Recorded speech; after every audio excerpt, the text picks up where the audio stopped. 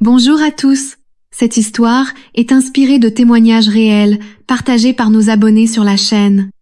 Afin de préserver l'anonymat des personnes impliquées, les noms et certains détails ont été modifiés, mais l'émotion reste intacte. Si vous aimez ces histoires vraies, abonnez-vous à la chaîne et indiquez d'où vous me regardez en commentaire.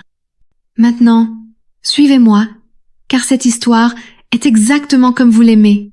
La vérité, c'est que tout ce qui est intense n'est pas simple. Et puis sont arrivés les regards, les murmures, la voisine d'en face avec ce sourire en coin et venimeux. « Rachel, as-tu vu Matthew dans le coin? J'ai entendu dire qu'il fréquentait quelqu'un dans la rue. » Elle l'a dit avec enthousiasme, et moi qui m'en fichais avant, j'ai senti mon estomac se retourner. Le plus dur, ce n'était pas les ragots, c'était de réaliser que j'étais jalouse. Une jalousie qui ne correspondait pas à la légèreté que nous prétendions avoir. Cet après-midi-là, j'ai vu Matthew parler à une autre femme sur le trottoir. Rien de grave, mais mon sang a bouilli. Lorsqu'il s'est approché de moi, j'ai été sèche. Sarcastique, et il a remarqué. « Tout va bien ?» a-t-il demandé. « Pourquoi ne le serais-je pas ?»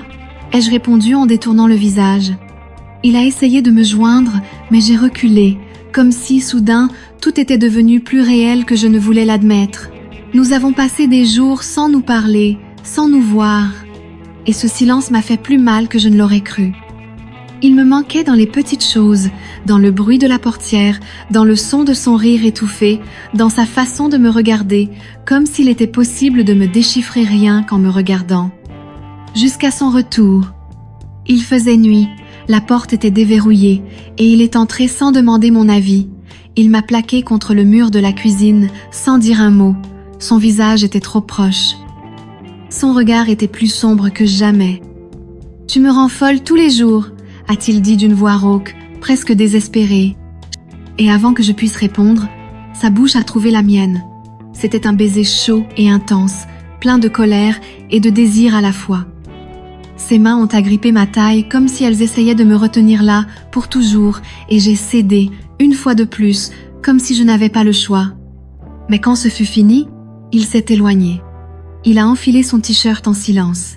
Et, les yeux rivés sur les miens, il a dit « Ça devient dangereux. »« Pour qui ?» ai-je demandé, ma respiration encore saccadée. « Pour moi, pour toi, pour nous. » Et il est parti. Et cette fois, il n'est pas revenu. Les jours ont passé, les semaines aussi, et malgré le désir qui brûlait encore en moi, j'ai compris. Certains amours ne sont pas faits pour durer. Ils sont faits pour laisser une trace, pour montrer qu'on est encore capable de ressentir, de brûler, de se perdre et de se retrouver. Aujourd'hui, chaque fois que je le vois traverser la rue, nos regards se croisent encore. Et même sans mots, même sans se toucher, on sait, on se souvient, et nos corps aussi. Notre histoire n'a pas eu de fin heureuse, mais elle a eu une fin qui avait du sens. Parce que, parfois, ce qu'on vit en silence est plus vrai que tout ce qu'on a dit à voix haute. Certaines histoires ne finissent pas, elles s'endorment simplement en nous. Et maintenant, j'aimerais avoir votre avis. Êtes-vous arrivé jusqu'ici? Commentez d'où vous regardez et dites-moi. Avez-vous déjà vécu un amour qui n'a pas pu se réaliser? Je suis curieuse de connaître votre histoire. N'oubliez pas d'aimer, de vous abonner à la chaîne et de partager avec la personne qui a besoin d'entendre cette histoire aujourd'hui. À bientôt pour la prochaine vidéo et n'oubliez pas, parfois, ce qui semble interdit est juste ce que le cœur n'a pas eu le courage de demander. Je m'appelle Rachel, j'ai 27 ans et même si j'ai l'air trop jeune pour être aussi fatiguée, je porte déjà un poids énorme sur mes épaules. J'habite à Brook Hill, une vieille banlieue un peu morne de la banlieue d'Atlanta. C'est le genre d'endroit où tout le monde se connaît, ou du moins croit se connaître. Ici, les ragots se répandent plus vite que l'odeur de tarte aux pommes qui s'échappe de la fenêtre du voisin. Ma vie est ordinaire. Je travaille comme coordinatrice administrative dans une clinique de dermatologie. Ici, des feuilles de calcul, là, des clients frustrés.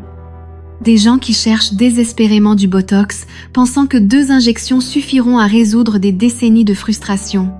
Le glamour, zéro. mais le salaire est suffisant, et pour moi, il vaut mieux que n'importe quel compliment forcé. Physiquement, je n'ai jamais été standard, et je ne veux pas l'être. Mon corps est authentique. J'ai des cuisses marquées, les courbes de quelqu'un qui ne refuserait pas un beignet au goûter, et des cheveux blonds qui changent de ton à chaque nouvelle explosion. En ce moment, je porte un doré délavé qui crie « Erreur de salon, mais vous savez, ça me va plutôt bien ». En théorie, je suis célibataire. En pratique, je me remets d'une série d'erreurs émotionnelles liées au nom propre. Je suis tombée amoureuse de gens qui voulaient juste passer le temps. J'ai pleuré pour des gens qui n'ont jamais compris mon silence. Aujourd'hui, je fais semblant de tout contrôler, mais parfois, juste parfois, mon cœur me fait perdre la tête. Et c'est exactement ce qui s'est passé.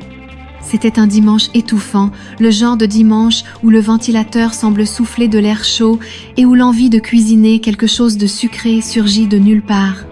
Je n'avais qu'une envie, un mug cake, mais j'ai manqué de sucre et ma paresse d'aller au marché a pris le dessus. C'est alors que j'ai regardé par la fenêtre et que j'ai vu la maison en face, la maison de Matthew.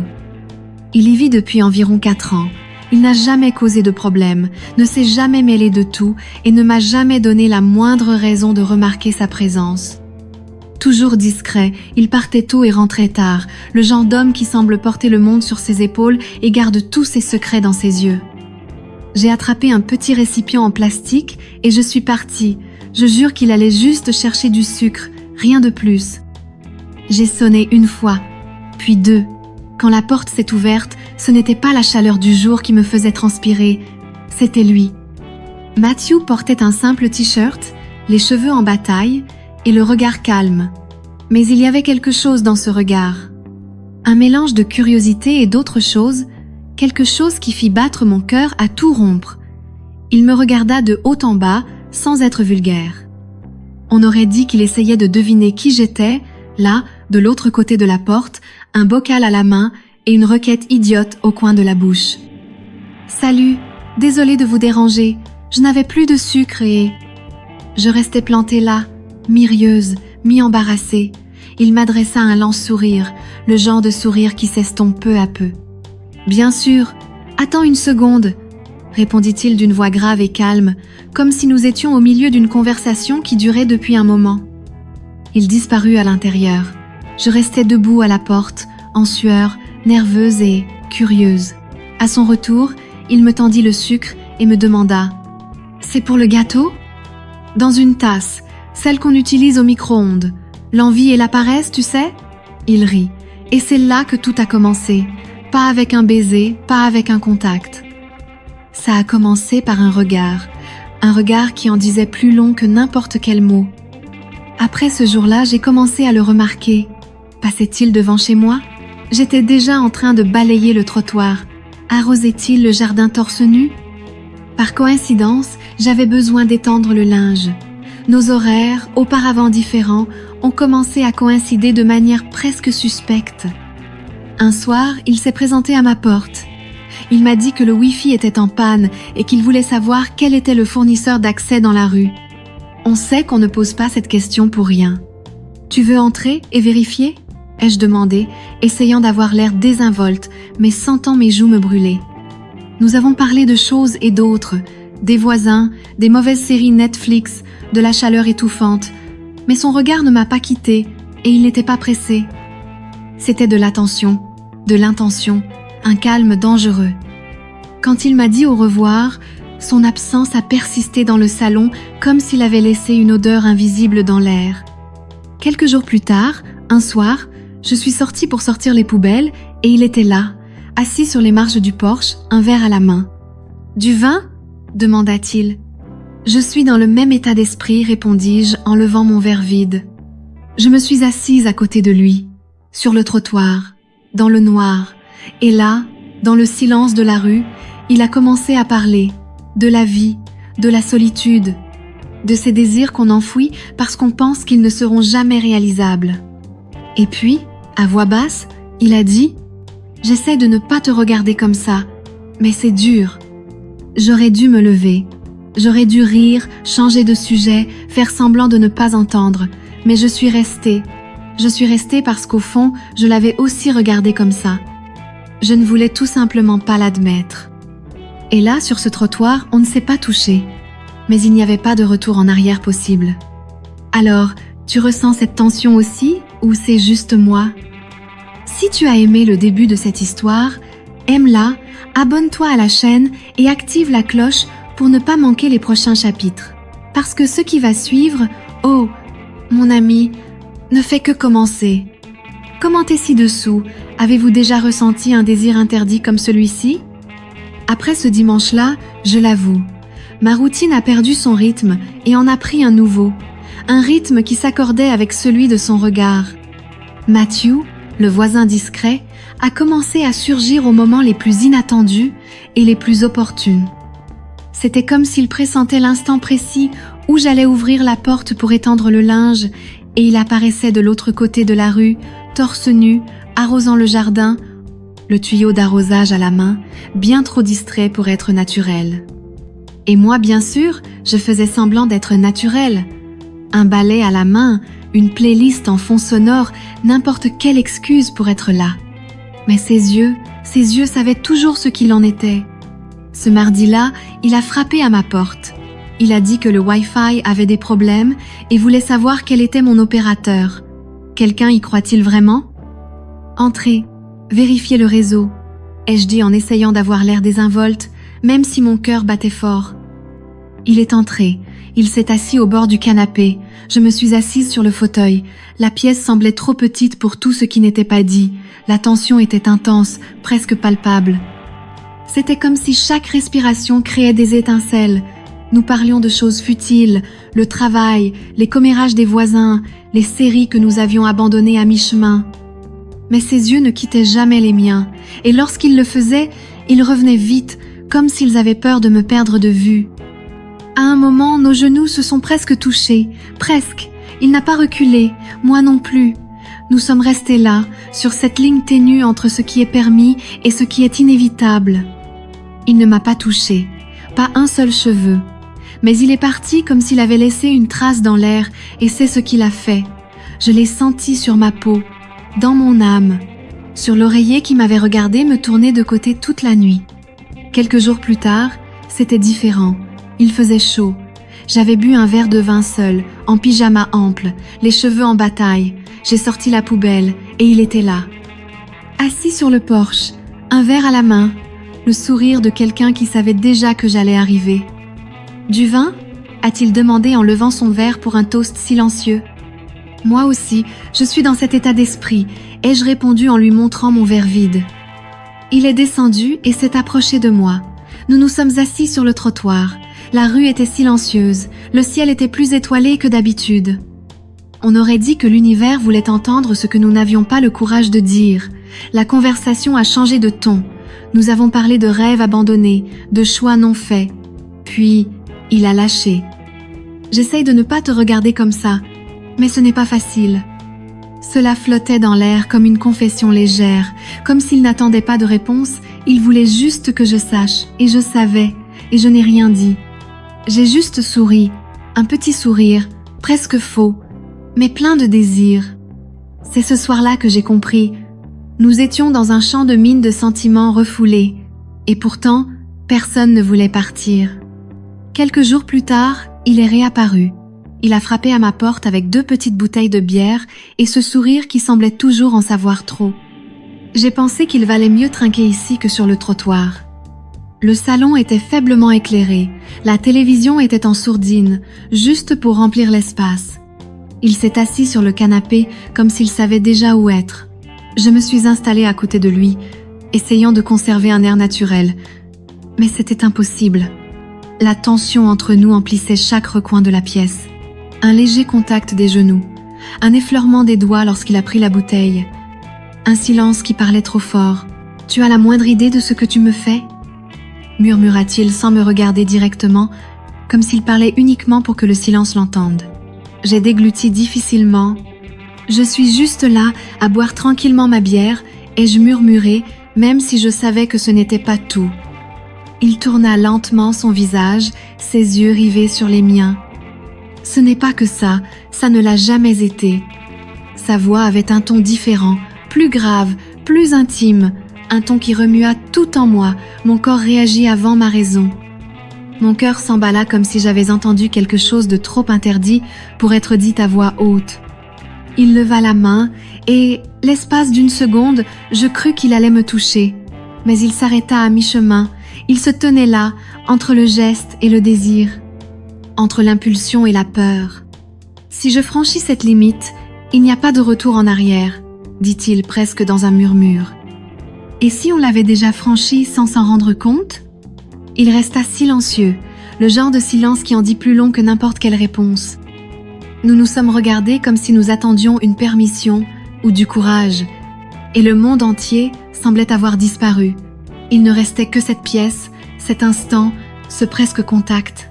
Mon corps tout entier hurlait, ma peau brûlait déjà, mais personne ne bougeait.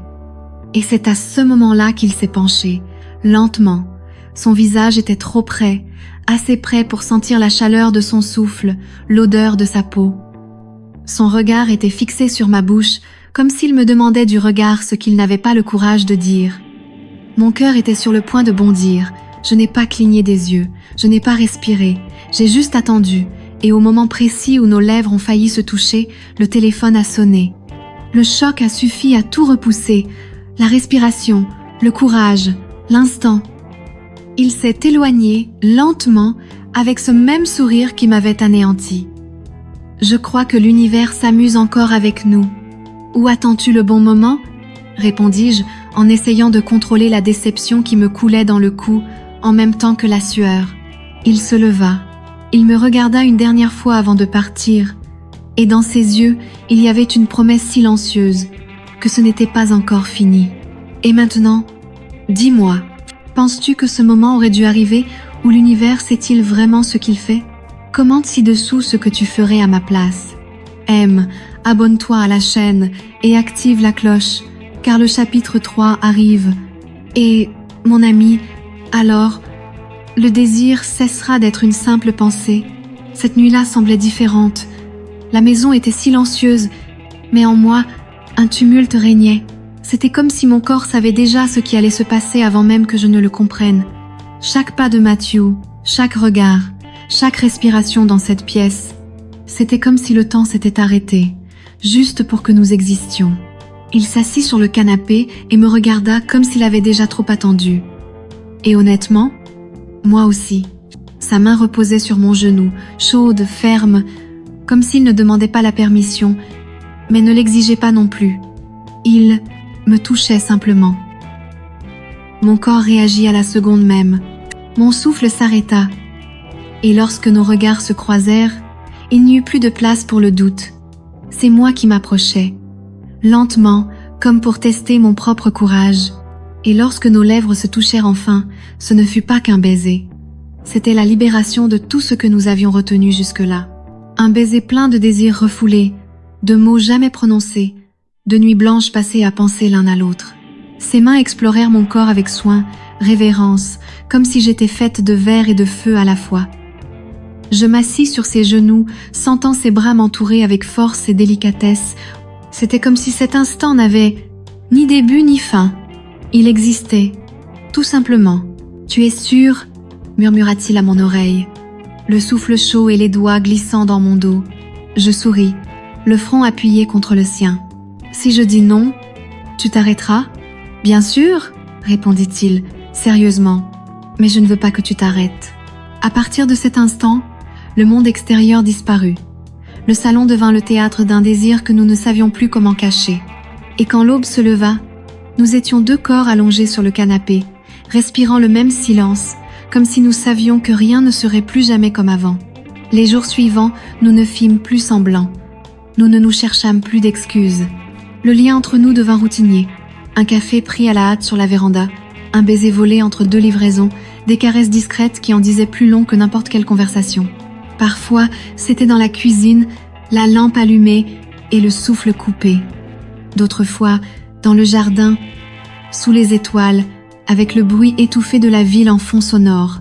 Mais plus cela devenait intense, plus cela semblait aussi fragile,